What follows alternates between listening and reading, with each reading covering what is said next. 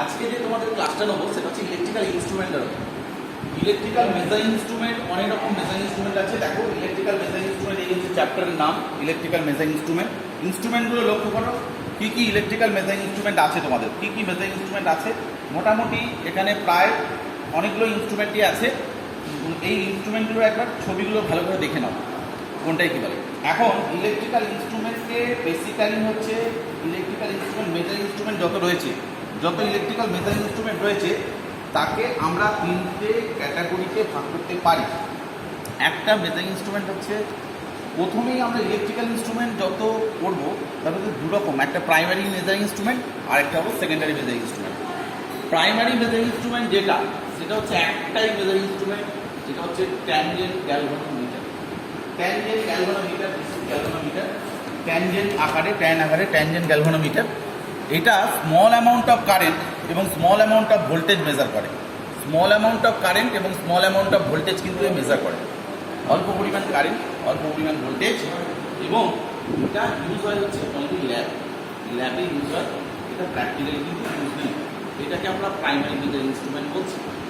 এছাড়া এখানে যত মেজার ইনস্ট্রুমেন্ট আছে ওইটা বাদ দিয়ে, গ্যালভানোমিটারটা বাদ দিয়ে যত মেজার ইনস্ট্রুমেন্ট আছে সব সেকেন্ডারি মেজার ইনস্ট্রুমেন্টের আওতায়। এখন এই যে সেকেন্ডারি মেজার ইনস্ট্রুমেন্টের আওতাতে আমাদের মেজার ইনস্ট্রুমেন্ট দেখলাম, এই সমস্ত মেজার ইনস্ট্রুমেন্টের ক্যাটাগরি হচ্ছে তিন রকম। একটা হচ্ছে ইন্ডিকেটিং টাইপ, একটা হচ্ছে রিডিং টাইপ, আর একটা হচ্ছে রেকর্ডিং টাইপ। ইন্ডিকেটিং টাইপ কাকে বলে? ইন্ডিকেটিং টাইপ মেজার ইনস্ট্রুমেন্ট, দেখো ইন্ডিকেটিং টাইপ ইনস্ট্রুমেন্ট যেমন ধরো একটা এখানে এ লেখা আছে, মানে এটা হচ্ছে একটা অ্যামমিটার। অ্যামমিটারের এইটাকে বলি আমরা পয়েন্টার, এইটাকে বলি আমরা হচ্ছে পয়েন্টার। এবং 0 থেকে 5 পর্যন্ত দাগ কাটা আছে, এই অংশটাকে আমরা বলি ডায়াল। এই অংশটাকে আমরা বলছি হচ্ছে ডায়াল। এইটা হচ্ছে মেজারিং ইনস্ট্রুমেন্টের পয়েন্টার। এখানে একটা সিম্বল দেওয়া আছে, এই সিম্বলটা হচ্ছে ভার্টিক্যালি ইউজ, এসি, এবং এটা হচ্ছে মুভিং আয়রন টাইপ। এই সিম্বলগুলো আমরা আসছি পরে। আগে এই মেজারিং ইনস্ট্রুমেন্ট অ্যামমিটারটা, বা ধরো এখানে একটা ভোল্টমিটার রয়েছে, দিস ইজ ভোল্টমিটার, বা ধরো এখানে অ্যামমিটার ভোল্টমিটার দেখলাম, এখানে ধরো একটা ওয়াট মিটার দেখব, দিস ইজ হচ্ছে ওয়াট মিটার। দেখতে পাচ্ছ, এইটা হচ্ছে পয়েন্টার। 0 থেকে 750 পর্যন্ত দাগ কাটা আছে, ওয়াট মিটার। এটাও একটা অ্যামমিটার, এটাও একটা অ্যামমিটার, মাল্টি রেঞ্জের অ্যামমিটার। এটাও একটা অ্যামমিটার। এইটা হচ্ছে একটা পাওয়ার ফ্যাক্টর মিটার। এইটা হলো একটা পাওয়ার ফ্যাক্টর মিটার, দেখতে পাচ্ছ, পাওয়ার ফ্যাক্টর মিটার। এইটা হলো টং টেস্টার। এটা কি মিটার? এটা হলো টং টেস্টার। এটা আমি সব মেপে দেখাবো। এইটা হলো আমাদের খুব গুরুত্বপূর্ণ ইনস্ট্রুমেন্ট, এটা হচ্ছে মাল্টিমিটার। এটা হলো মাল্টিমিটার, দেখতে পাচ্ছ। এটা মাল্টিপারপাস ইউজ হয়। এর আরেকটা নাম হচ্ছে অ্যাভোমিটার, এভিও। অ্যাম্পিয়ার, ভোল্টেজ এবং রেজিস্ট্যান্স তিনটেই মাপা যায়। অ্যাম্পিয়ার মাপা যায়, ভোল্টেজ মাপা যায়, রেজিস্ট্যান্স মাপা যায়, তাই এটা আরেকটা নাম অ্যাভোমিটার বা মাল্টিমিটার। এই মিটারটা আমরা দেখব, এটা হচ্ছে আমাদের এনার্জি মিটার। এনার্জি মাপা হয় কেডব্লিউএইচ বা বিওটি। এইটা হচ্ছে একটা স্ট্যাটিক এনার্জি মিটার, এখন সমস্ত বাড়িতে লাগানো হচ্ছে স্ট্যাটিক এনার্জি মিটার। এই ইনস্ট্রুমেন্টটা আমাদের অত্যন্ত গুরুত্বপূর্ণ, যেটা হচ্ছে ইনসুলেশন টেস্টিং মেগার। এইটা হচ্ছে ইনসুলেশন টেস্টিং মেগার। দেখো মেগার সম্বন্ধে বলছি আমরা।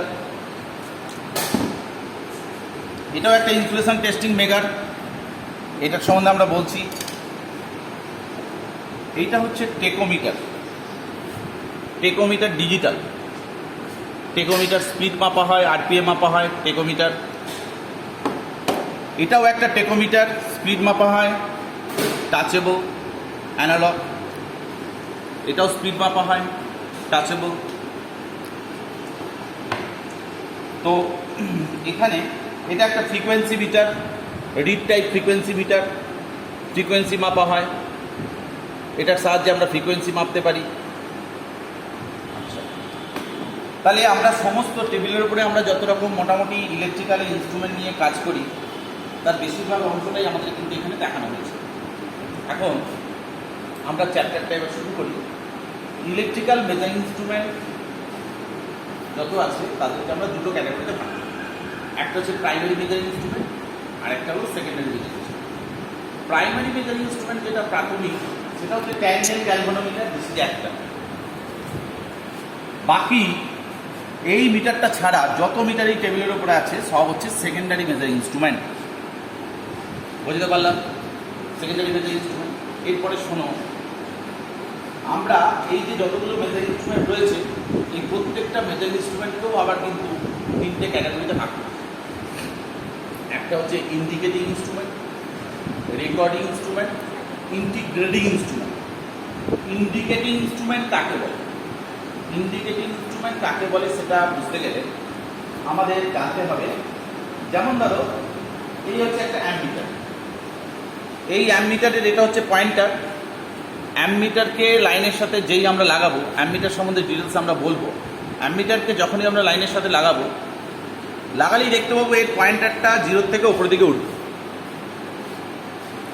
যত অ্যাম্পিয়ার খরচা হচ্ছে সেই জায়গায় দাঁড়াবে। ধরে নাও 3 জায়গায় দাঁড়ালো, বা 4 জায়গায় দাঁড়ালো, বা 2 জায়গায় দাঁড়ালো।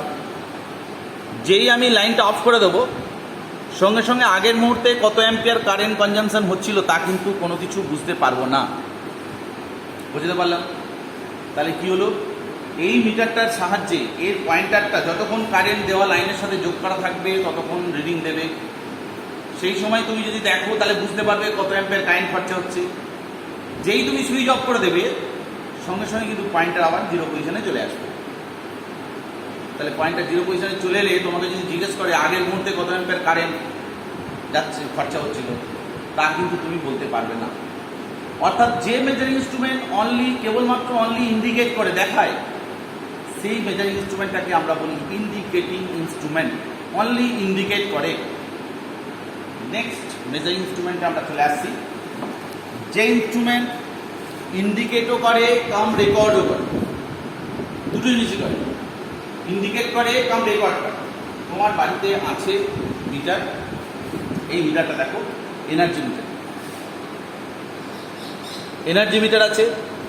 এখন এই এনার্জি মিটারে তোমার বাড়িতে কারেন্ট খরচা হচ্ছে না হচ্ছে না, কনজামশন হচ্ছে না হচ্ছে না, তার জন্য এখানে একটা চাকা রয়েছে। চাকা, এই চাকাটা ঘুরতে থাকে, আর এর উপরে কিন্তু একটা ডায়াল থাকে। এই যে ডায়ালটা রয়েছে, এই ডায়ালটা কিন্তু সারাদিনে কত কনজামশন হলো সেটা কিন্তু রেকর্ড করে। অর্থাৎ যে মেজারিং ইনস্ট্রুমেন্ট দুটো কাজ করে, এর কাজ হচ্ছে ইন্ডিকেট করা, কারেন্ট খরচা হচ্ছে কিনা সেটা দেখা, লাইন আছে কিনা দেখতে পাচ্ছ, কারেন্ট খরচা হচ্ছে কিনা দেখতে পাচ্ছ, কাম তার সাথে রেকর্ডও করে রাখে এই ডায়ালের ওপরে। সেই মেজারিং ইনস্ট্রুমেন্টটাকে আমরা বলি দুটো পারপাস যেগুলো সলভ করে, ইন্ডিকেটও করে, কাম তার সাথে রেকর্ডও করে। এই দুটো কাজই করে। দুটো কাজই যেহেতু করে, এই ইনস্ট্রুমেন্টটাকে আমরা বলবো ইন্টিগ্রেটিং ইনস্ট্রুমেন্ট। ইন্টিগ্রেটিং ইনস্ট্রুমেন্ট আগে একটা দেখতে পাবো, এটাতে এখানে ফেজ আছে কিনা, পিং পিং করে আলো জ্বলে, এখানে সারাদিনের কারেন্ট কনজামশন রেকর্ড করে। তাহলে ইন্ডিকেটও করে, তার সাথে এটা কিন্তু রেকর্ডও করে রাখে। তাহলে সেই ইনস্ট্রুমেন্টটাকে আমরা বলতে পারি ইন্টিগ্রেটিং ইনস্ট্রুমেন্ট। অর্থাৎ দুটো কাজ করে, ইন্ডিকেটও করে, কাম তার সাথে রেকর্ডও করে।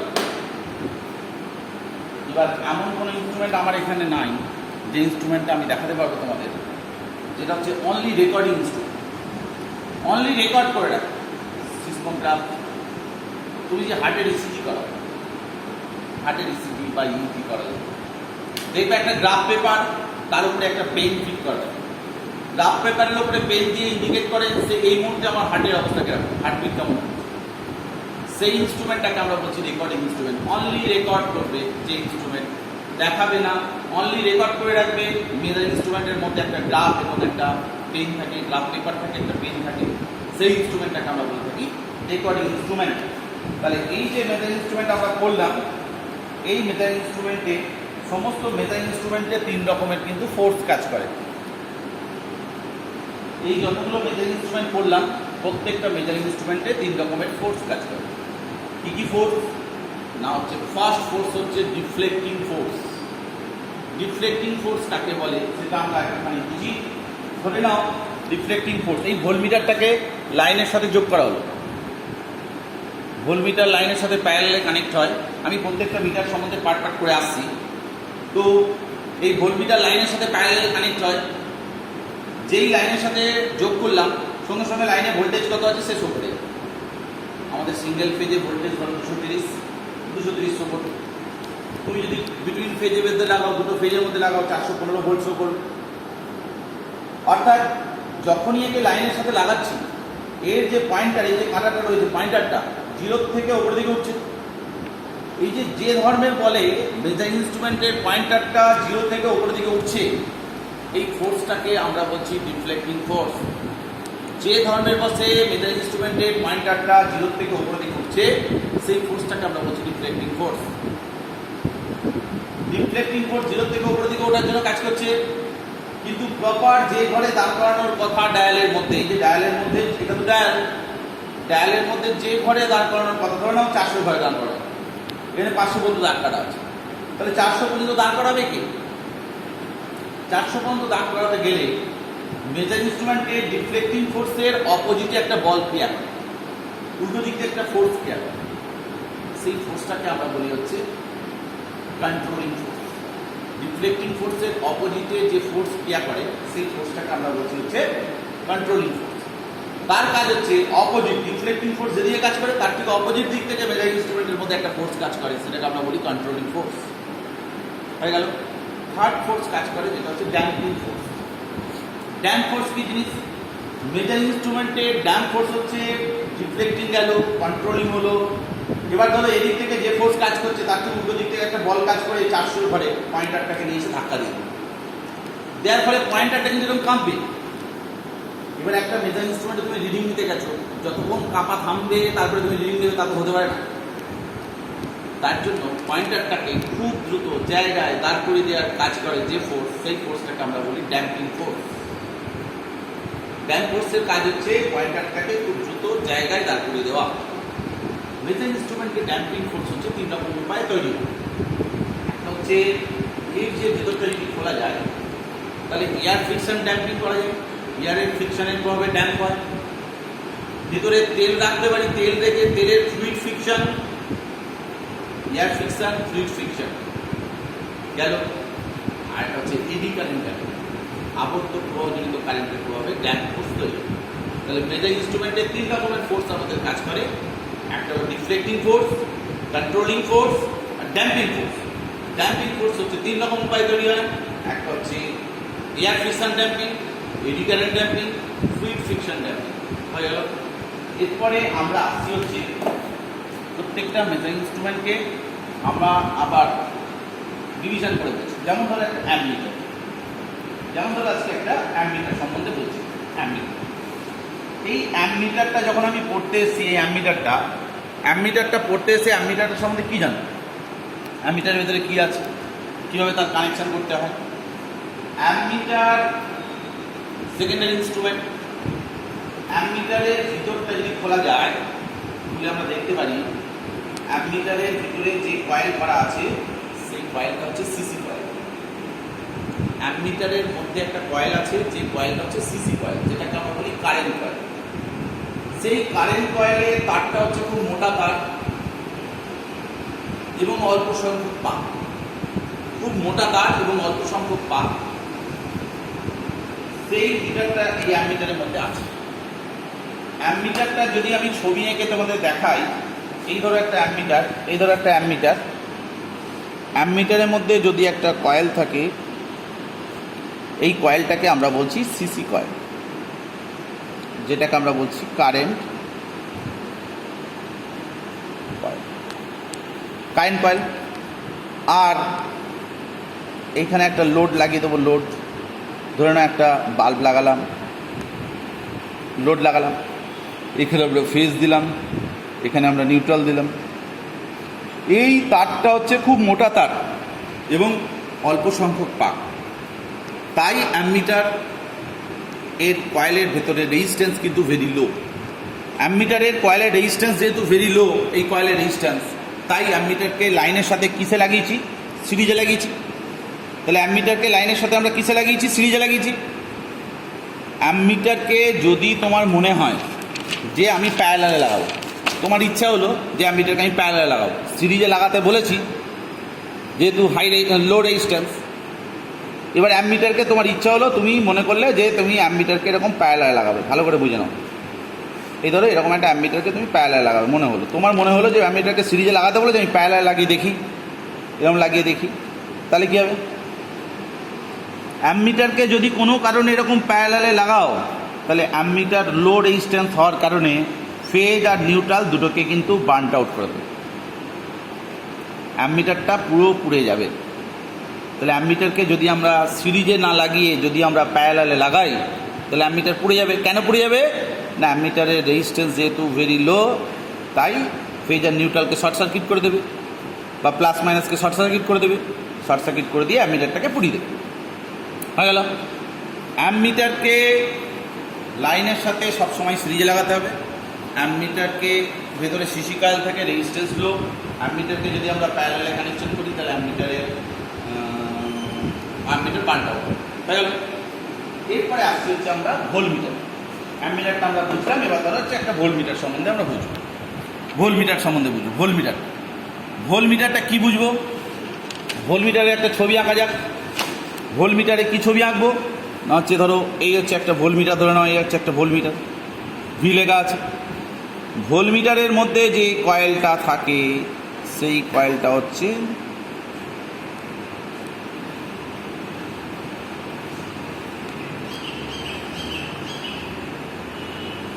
এই ভোল্টমিটারের মধ্যে, ধরো এটা হচ্ছে একটা লোড, এখানে ধরো ফেজ, এখানে নিউট্রাল দাও। এর ভেতরে যে কয়েলটা থাকে সেটা হচ্ছে পিসি কয়েল। পিসি কয়েল মানে প্রেসার কয়েল, এটা হচ্ছে লোড। ঠিক আছে? তাহলে ভোল্টমিটার, এই যে ভোল্টমিটারের মধ্যে যে কয়েলটা থাকে সেটা হচ্ছে প্রেসার কয়েল। এই প্রেসার কয়েলের বৈশিষ্ট্য হচ্ছে তারটা হচ্ছে খুব সরু তার এবং অধিক সংখ্যক পাক। তারটা হচ্ছে খুব সরু তার এবং অধিক সংখ্যক পাক। সরু তার এবং অধিক সংখ্যক পাক হওয়ার কারণে এর রেজিস্ট্যান্স ভেরি হাই।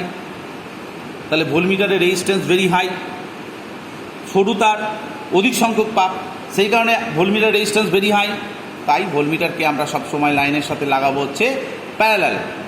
ভোল্টমিটারকে আমরা লাইনের সাথে লাগাবো হচ্ছে প্যারালালে, লোডের সাথেও প্যারালালে।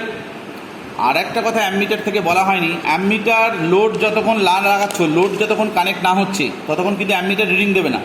কিন্তু ভোল্টমিটার লাইনের সাথে লাগালেই কিন্তু ভোল্টমিটার রিডিং দেবে, লাইনে ভোল্টেজ শো করবে। অ্যামিটার যেহেতু লোডের সাথে সিরিজে থাকে, তাই অ্যামিটার কিন্তু লাগালে লোড চালালে তবেই কিন্তু রিডিং দেবে। কিন্তু ভোল্টমিটার লোড না লাগালেও লাইনের সাথে লাগিয়ে দিয়েছে যেহেতু, লাইনের ভোল্টেজটা শো করবে। বুঝতে পারলেন? এখন এই ভোল্টমিটারের ভেতরে যে কয়েলটা থাকে সেটা প্রেসার কয়েল, তারটা হচ্ছে হাই রেজিস্ট্যান্স, কয়েলের রেজিস্ট্যান্স ভেরি হাই। এখন ভোল্টমিটারকে তোমার ইচ্ছা হলো যে তুমি সিরিজে লাগাবে, এরকম একটা ভোল্টমিটারকে তুমি সিরিজে লাগাবে। ধরো তোমার মনে হলো যে ভোল্টমিটারকে এরকম সিরিজে লাগাবো, হয়তো লাগালে কী হবে? এরকম প্যারালালে লাগাতে বলেছি, কিন্তু যদি তুমি মনে হলো যে আমি সিরিজে লাগিয়ে দেখি না কী হয়, তোমার ইচ্ছা হতে পারে, তাহলে তুমি লাগাও। তাহলে এই ভোল্টমিটারকে যখন আমি প্যারালালে লাগাবো, সিরিজে লাগাবো, তাহলে কী হবে? ভোল্টমিটার হাই রেজিস্ট্যান্স, ভেতরে কয়েলের হাই রেজিস্ট্যান্স, এই হাই রেজিস্ট্যান্স পেরিয়ে লোডে কোনো আউটপুট যাবে না। ভোল্টমিটারের রিডিং অল্প রিডিং দেবে, লোডে কোনো আউটপুট যাবে না।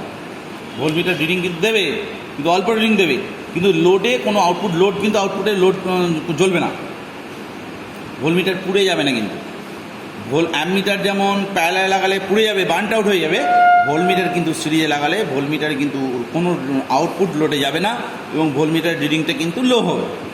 ঠিক আছে? এরপরে আসছি হচ্ছে আমরা ওয়াটমিটার। ওয়াটমিটার সম্বন্ধে আমরা এবার একটুখানি জানবো। দিস ইজ হচ্ছে ওয়াটমিটার। এই ওয়াটমিটার সম্বন্ধে যখন আমরা জানছি, এই যে ওয়াটমিটারটা দেখো, এটা ডাইনামোমিটার টাইপ ইনস্ট্রুমেন্টের সিম্বল। তো সাইন সিম্বলগুলো আমি পরে বলছি। এটা ডাইনামিটার টাইপ ইনস্ট্রুমেন্ট, এটা এসিডিসি বোর্ড দুটো কারেন্টে ইউজ করা যায়। ওয়াটমিটার লাগানো আছে, এটা হরিজন্টালি ইউজ সিম্বলের। এখন এটা মাল্টি রেঞ্জ মাপা যাবে, ওয়াটমিটারটাতে মাল্টি রেঞ্জ মাপা যাবে। দেখো এখানে দেওয়া আছে 150 ভোল্ট, 300 ভোল্ট, 600 ভোল্ট দেওয়া আছে। তাহলে আর এইখানে দেওয়া আছে এম কমন, এম, এল, আর এইখানে ট্যাপিং করা আছে 4টে। এইটাকে আমরা বলি রেঞ্জ এক্সটেনশন। মানে এই মিটারটা দিয়ে আমরা বিভিন্ন রেঞ্জের ওয়াট মাপতে পারি। বিভিন্ন রেঞ্জের ওয়াট কেমন মাপতে পারি এর একটা নিয়ম আছে, তো সেটা আমরা আসছি। ওয়াট মিটারের ভেতরে কি থাকে? ওয়াট মিটারের ভেতরে 2টো কয়েল থাকে। ওয়াট মিটারের মধ্যে কটা কয়েল থাকছে? 2টো কয়েল। দেখো ওয়াট মিটারের ছবিটা আমরা আঁকছি। ওয়াট মিটার, এটা ধরো ওয়াট মিটার, একটা ওয়াট মিটার রাখলাম, এই একটা ওয়াট মিটার। ওয়াট মিটারের মধ্যে 2টো কয়েল থাকে, একটা হচ্ছে সিসি আর এটা হচ্ছে পিসি। সিসি কয়েল কারেন্ট কয়েল থাকে, এটা হচ্ছে সিসি কয়েল, আর এই হচ্ছে প্রেসার কয়েল, পিসি কয়েল। কেমনভাবে কানেক্ট হবে? এইখানে লোড লাগাবো, লোড লাগালাম, এইটা লোড, এই প্রেসার কয়েল, এই সিসি কয়েল। এখন এইটা দিয়ে আমরা ফেজ দেবো, ফেজ দিলাম, দিয়ে এলো, দেখো লোডের সাথে সিরিজে হয়ে গেল, দেখতে পাচ্ছ সিসি কয়েল। প্রেসার কয়েলে তারটা এরকমভাবে লাগাবো, এইখানে একটা ফেজ দিতে হবে প্রেসার কয়েলে, আর প্রেসার কয়েলে এইখানে একটা নিউট্রাল। বুঝতে পারলে? তাহলে কেসটা কী হলো না, হচ্ছে এইখানে একটা সিসি কয়েল কারেন্ট কয়েল, এইখানে একটা প্রেসার কয়েল কারেন্ট কয়েল, লোডের সাথে দেখো সিরিজে কানেক্ট করা আছে লোডের সাথে, আর প্রেসার কয়েলটা কিন্তু লোডের সাথে ফেজ এবং নিউট্রাল এই দুয়ের মধ্যে কানেক্ট করা আছে। হয়ে গেল। এখন এই যে এর কানেকশান টার্মিনালটা, কানেকশানটা কীভাবে করব? ফার্স্ট কিন্তু এখান থেকে যখন ফেজটা আসবে এইখানে লেখা থাকবে এম, মনে থাকবে। এম থেকে চলে যাবে হচ্ছে কমন, সিওএম। এম থেকে চলে যাবে কমনে, এম থেকে চলে যাবে হচ্ছে কমনে, এম থেকে চলে যাবে কমনে, গেল। এম থেকে কমন কানেক্ট হয়ে গেল, কমন চলে গেল, এম থেকে কমনে কানেক্ট হয়ে গেল, আর এইখানে লেখা থাকবে হচ্ছে এল, এখানে যাবে লোড, হয়ে গেল। আর এইখানে লেখা থাকবে হচ্ছে ডিফারেন্ট ভোল্টেজ। ধরো দেখা গেলো তুমি এখানে এই মিটারটাতে তুমি হয়তো 300 ভোল্টে দেবে, 300 ভোল্ট রেঞ্জে দেবে, এখানে ধরো 300 রেঞ্জে তুমি দিই, তাও 300 রেঞ্জে কানেক্ট হয়ে গেল। M R C common connect হবে একটা তার দিয়ে। তাহলে এখান থেকে যদি আমি তোমাদের বোঝাই, তাহলে ফার্স্ট আমার লাইনটা আসবে হচ্ছে M A, M R C এই দুটো হচ্ছে M R C common, M R এল এই দুটো হচ্ছে সিসি কয়েলের টার্মিনাল, এম আর এল এই দুটো সিসি কয়েলের টার্মিনাল, কারেন্ট কয়েলের টার্মিনাল।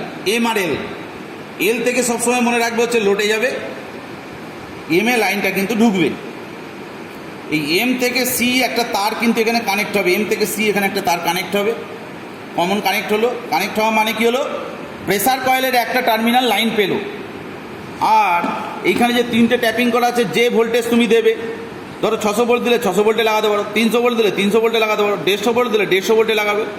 সেখান থেকে একটা তার নিউট্রাল লাগিয়ে দেবে।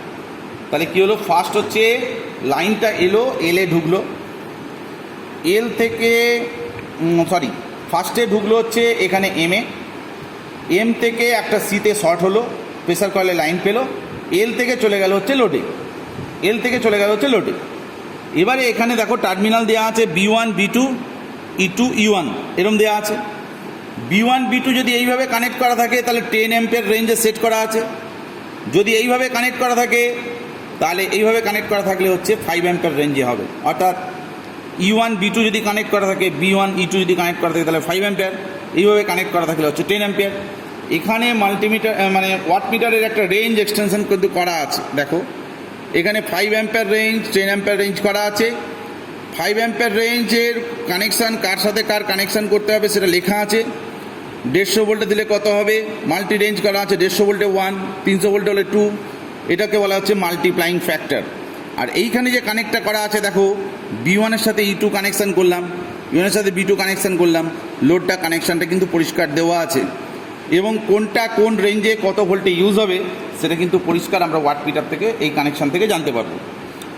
বাকি মিটারগুলো আমরা নেক্সট ক্লাসে বাকি সমস্ত মিটারগুলোকে আমরা নেক্সট ক্লাসে আমরা আবার ডিসকাশন করবো, নেক্সট পরবর্তী ক্লাস করাবো। ওকে।